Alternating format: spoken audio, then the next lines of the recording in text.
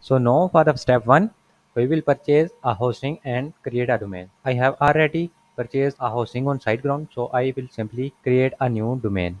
So I will go to website. You can add a website here, but I will create a subdomain. So I will click on Site Tools. Now go to Domains and then click on Subdomains. Now here I will create a new domain. So here I will add Divi and then click on Create. Now here you can see the subdomain was created. Now click on Install Application. Here's the application section. You can select WordPress or any other CMS, but I will select WordPress. Now here you have to select a domain where you want to install WordPress. I will select divi.the Here you have to select language, the main folder.